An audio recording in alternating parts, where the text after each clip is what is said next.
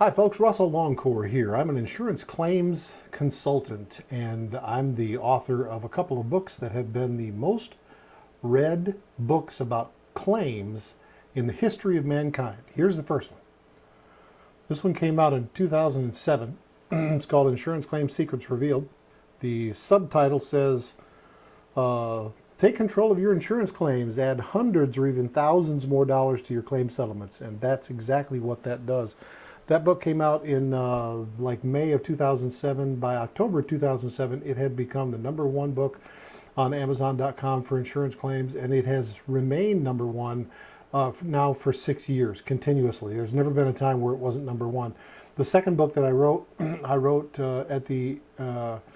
at the urging of a commissioner of insurance in the state of Georgia. And he said, okay, you've got insurance claims for personal lines, now do one for businesses because businesses need the same kind of help. So here's the second book. It's called Commercial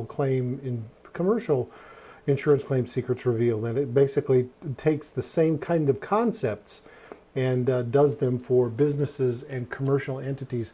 But today what I want to talk to you about is the 2013 hurricane season. We're actually past the time, I mean, this is being shot on the 15th day of August. We're actually past the time where you would expect that some of the hurricanes that are blowing in off of the African coast would have already made landfall and become named storms. We had a couple of them that were named storms, but they just fizzled out. But I want to talk about the rest of the season, which doesn't end until like November. And if everybody remembers, a couple of years ago, we had one that came up the eastern seaboard called Hurricane Sandy. And that did a lot of damage. So this is going to be a short video. I'm going to do a few of these as it relates to things that you should be careful for, things that you can do to prepare for this hurricane season and really every hurricane season after that. But let's just talk about the one that we're preparing for right now. And if you take your policy, go look in your junk drawer and wherever you might find it, even in your safe deposit box, wherever you keep your policies, go find that policy sometime after you watch this the first time, and then you'll want to review it after you get your policy and watch this video while you're looking at your policy, which is a great idea. But the first thing I want to talk about today is coverage A. In a homeowner policy, it's going to be coverage A. And that is for the dwelling. Now, the coverage for the dwelling, your agent came up with the value that's in your policy. My question for you is that value enough? Usually, agents miss this. Agents don't get it right, and it's up to you, not the agent, to get it right. So, is your coverage A for the dwelling the proper amount of coverage that you need for your policy, for your dwelling? If you have a $250,000 house and you've only got it insured for $200,000, when it comes claim time, the insurance company is going to ding you on something called co-insurance. That means that they expect you to be, in many cases, they expect you to be insured 100% to value, and if you're not, they'll penalize you. Or in other words, if you have a claim, they'll apply a mathematical formula that's found in the policy that discounts all of your damages because you didn't have enough insurance.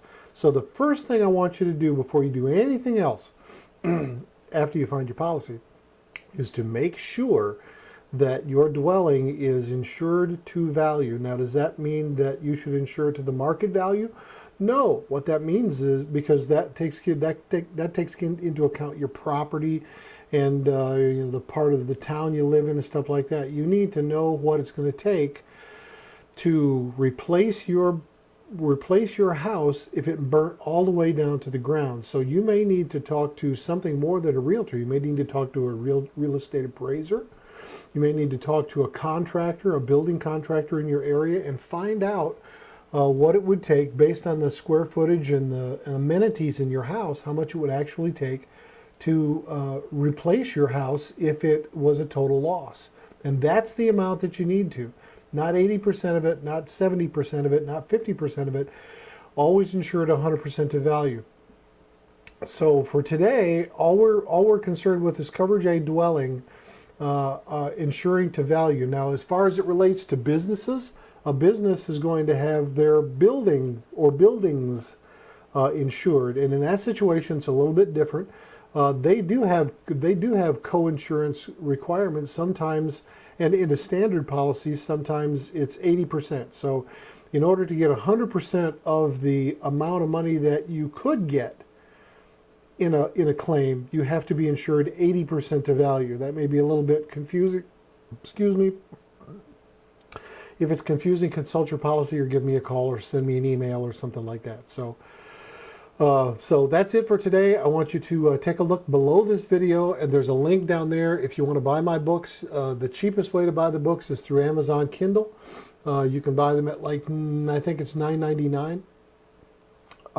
If you want a soft cover book, it's about 20 bucks for each one. And if you want an ebook, that's about the same price, 20 bucks, something along that line, 18 or $20.